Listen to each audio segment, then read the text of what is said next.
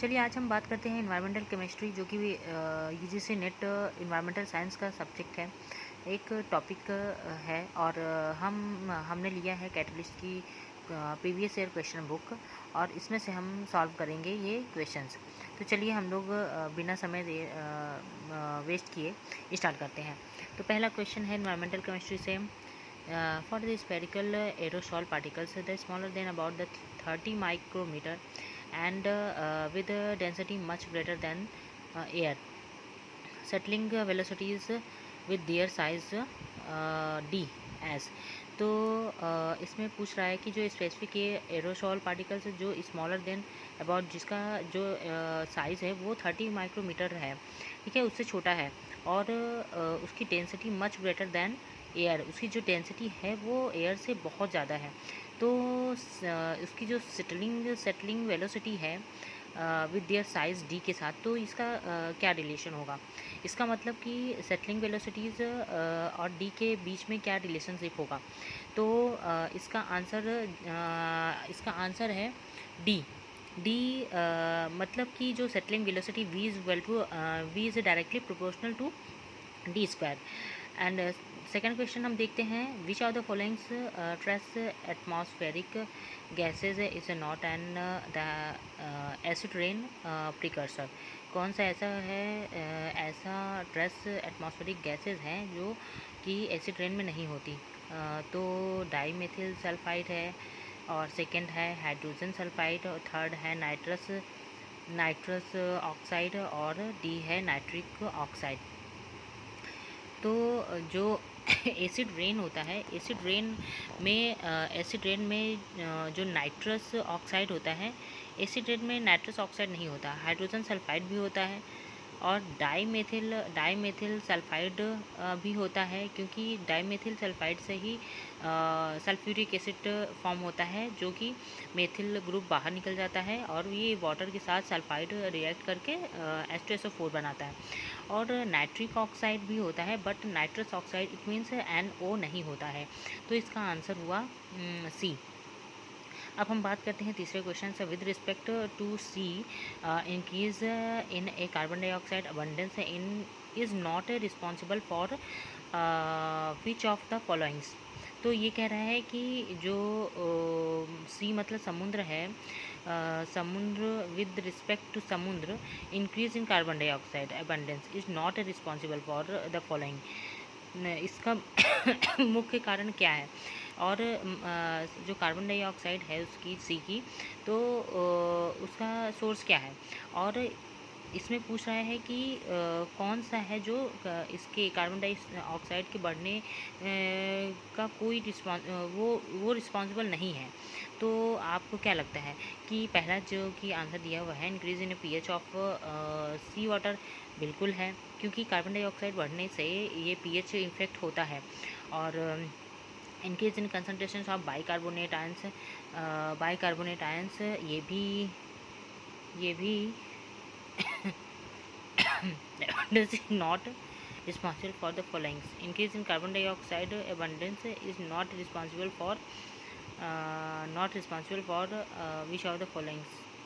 आई think इसका answer मेरे हिसाब से ए होना चाहिए, क्योंकि increase in pH of sea water, pH of सी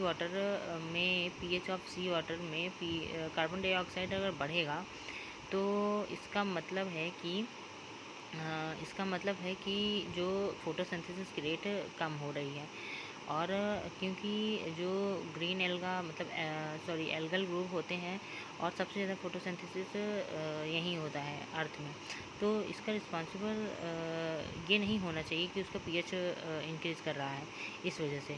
तो जहाँ तक कोरल ब्लीचिंग की बात है, ये भी है, increase in concentration of bicarbonate ion, ये भी है, enhance the dissolution of calcareous material, ये भी है। तो इसका आंसर हो गया ए।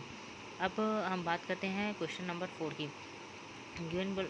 given below are the two statement, one labeled as the assertion, second is a reason। तो हम पहले assertion पढ़ते हैं। तो assertion at the constant temperature the solubility of ammonia, ये हम इसको समझते हो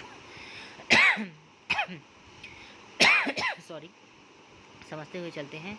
तो इसे ये कह रहा है एट ए कांस्टेंट टेम्परेचर, मतलब कि जो टेम्परेचर है वो कांस्टेंट है, the solubility of ammonia in water is increase. ठीक है, जो सॉल्युबिलिटी है अमोनिया की वाटर में इंक्रीज़ कर रही है, किसके रिस्पेक्ट में, विद डिक्रीज़ इन पीएच, मतलब पीएच घट रहा है और सॉल्युबिलिटी ऑफ अमोनिया वाटर में बढ़ रही है। तो अब रीज़न क्या कहते हैं, the solubility of all gases increase with decrease in pH. तो इसका आंसर सी होना चाहिए, मतलब इसका आंसर हम देखते हैं क्या होगा। तो पहला है कि both A and B is correct, A and R is correct and R is not correct explain, और R is correct explain of A, और B क्या है कि A and R are correct and R is not a correct explanation of A। अब third क्या है, C, A is true but R is false। तो और डी है कि A is false but R is true. तो अगर हम फिर से इस क्वेश्चन को देखें तो ये कह रहा है कि अगर हम कंसनट्रेशन, अगर टेम्परेचर को कांस्टेंट कर दें और अमोनिया की सॉल्युबिलिटी बढ़ती है जबकि पीएच घटता है, तो ये तो सही है कि क्योंकि अमोनिया की सॉल्युबिलिटी अगर बढ़ेगी तो क्योंकि अमोनिया है तो वो एसिड हो, मतलब जो वाटर है वो एसिडिक हो जाएगा, तो पीएच तो जाहिर सी बात है कि पीएच घटेगा। लेकिन ये जहाँ कह रहा है कि solubility of gases increase in, तो ऑल गैसेस जो कह रहा है कि solubility of all gases increases with decrease in pH, तो ये गलत है क्योंकि सभी गैसों की बात कर रहा है कि सभी गैसें जो होती हैं उनकी सॉल्युबिलिटी अगर बढ़ती है तो पीएच घटता है, जो कि गलत है। तो यहाँ पे आंसर हो जाएगा C, A is true but R is not true. तो अब हम पाँचवें क्वेश्चन में आते हैं, which of the following is a major photochemical oxidant. तो major is a major photochemical oxidant क्या है, पैन है या फिर ओजोन है या एल्डिहाइड है या पर ऑक्सी बेंजोइल नाइट्रेट है। तो यहाँ इसका आंसर हो जाता है B, ozone, major photochemical oxidant, क्योंकि जितने भी फोटोकेमिकल ऑक्सीडेंट रिएक्शंस होती हैं वो ओजोन के प्रेजेंस में, मतलब ओजोन इज़ मस्ट होता है। ठीक है, अब हम आते हैं क्वेश्चन नंबर 6 में, और क्वेश्चन नंबर 6 क्या है, in term of the toxicity identifying the correct sequence. Toxicity किसकी ज़्यादा होती है और किसकी कम, मतलब बढ़ते हुए क्रम से घटते हुए क्रम में हमें देखना है। तो जहाँ तक आर्सेनिक और कैडमियम और मिथाइल क्लोराइड, तो अगर हम ऑप्शन को देखें तो पहला है आर्सेनिक, कैडमियम, मेथिल क्लोराइड, फिर उसके बाद है कैडमियम, आर्सेनिक और मेथिल क्लोराइड, और फिर उसके बाद मेथिल क्लोराइड, कैडमियम और आर्सेनिक, और उसके बाद है मेथिलीन क्लोराइड और आर्सेनिक और कैडमियम। तो अगर हम इसकी बात करें आर्सेनिक की, और तो जहाँ तक आर्सेनिक कैडमियम से ज़्यादा टॉक्सिक होता है और कैडमियम मेथिल क्लोराइड से ज़्यादा टॉक्सिक होता है, तो इसका आंसर हो जाएगा ए, आर्सेनिक, कैडमियम और मेथिल क्लोराइड। ठीक है, अब इसके बाद हम आते हैं क्वेश्चन नंबर 7 में, match the followings, match the list 1 and list 2 and identify the correct answer from the code given below. ठीक है, the assimilative capacity, critical water parameter and itai disease and excessive nitrate within water. तो assimilative capacity, तो assimilative capacity जो होती है वो इसमें से क्या होगा, ये होगा वेस्ट डिस्चार्ज। एसिमिलेटिव कैपेसिटी जो होती है वेस्ट डिस्चार्ज की। उसके बाद है बी, क्रिटिकल वाटर पैरामीटर। तो क्रिटिकल वाटर पैरामीटर क्या है, कौन कौन से हैं, तो ये है first DO, BOD and coliform. अब इसके बाद है सी इटाई डिसीज़ जो कि कैडमियम से होता है, ठीक है, और आया D, excessive nitrate in water. अगर एक्सेसिव नाइट्रेट इन वाटर हो जाएगा तो ब्लू बेबी सिंड्रोम हो जाएगा। तो इसका आंसर हो गया, ये कहाँ पास ये मिल रहा है, ये ऑप्शन बी में मिल रहा है, ए का 4, बी का 1 और सी का 2 एंड डी का 3। और अब आते हैं क्वेश्चन नंबर 8 में। तो क्वेश्चन नंबर 8 है the reference of the smoke reference with reference to smoke consider the following statement. तो